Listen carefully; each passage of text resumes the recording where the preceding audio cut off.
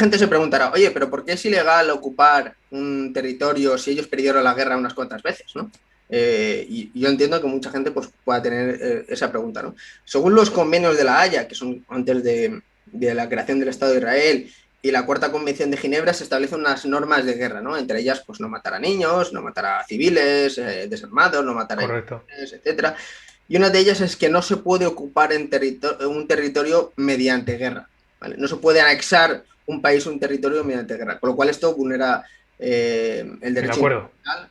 En el acuerdo internacional todo el mundo sabe que está el derecho nacional y por encima del derecho nacional está el derecho internacional que regula a todos los países del mundo y que obviamente eso hace que todos vivamos en guerra y en paz y sepamos que mañana no nos va a anexionar Portugal, por ejemplo, aquí, Ya. ¿no?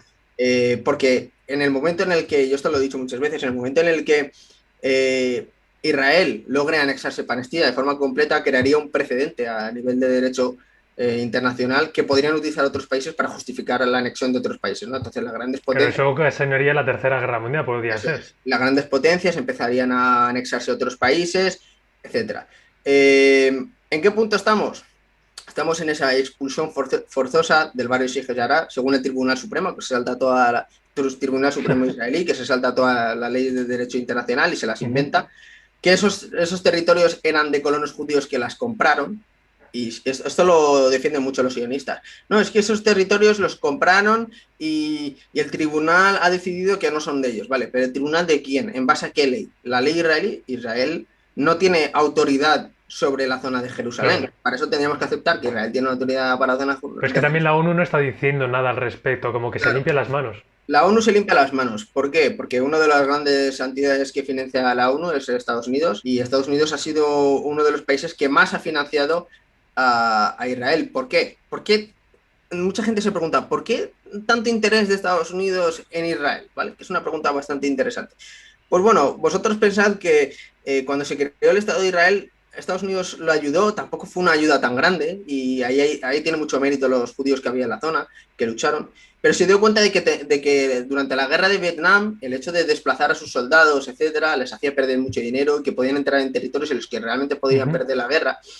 Y entonces Estados Unidos pensó que la idea de tener un socio tampoco era una tan mala idea. Un socio que controlaba Medio Oriente, que era una posición estratégica, que les permitía almacenar armas en la zona. De hecho, Estados Unidos almacena armas en Israel.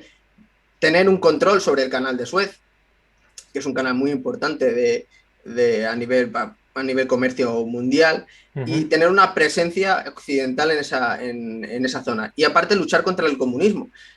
Hay que recordar que por esa época el comunismo, la Unión Soviética, por ejemplo, había invadido Afganistán, estaba toda la guerra de Afganistán, que Estados Unidos financió a los afganes A para que los luchasen afganos. contra el Imperio Rojo, que ahí es donde se creó lo que ahora mismo se conoce yihadismo, ¿no? Los mujahidín. Todo eso lo creó La Estados gran Unidos. mayoría perdona que te interrumpa, la gran mayoría de los grupos terroristas están siendo financiados jamás, lo creó Israel y Al Qaeda lo creó el propio Estados Unidos. Por Estados Unidos, eso es. De hecho, esto no es algo que no esté a nivel lectura normal. Cualquier persona que busque la creación de este tipo de grupos terroristas, todos fueron financiados y todos tuvieron armas por parte de Occidente, ¿no? De hecho, pues como te he dicho, esa palabra se crea y además es una palabra que al principio era bonita, ¿no? Ya. La yihad de los afganes por liberación del Imperio Rojo, vamos a apoyarles, Estados Unidos está ayudándoles para luchar contra el comunismo, etcétera. ¿Qué pasa? Que toda esa narrativa, etcétera, cambia cuando ven que todo eso se vuelve en su contra porque se da cuenta la población árabe del uso que está haciendo Estados Unidos de sus recursos naturales, de sus verdaderos objetivos, de lo que Ujú. buscan. Y además Estados Unidos lo hace muy bien en esa zona porque compra todo Arabia Saudí, a las familias más influyentes les da mucho dinero.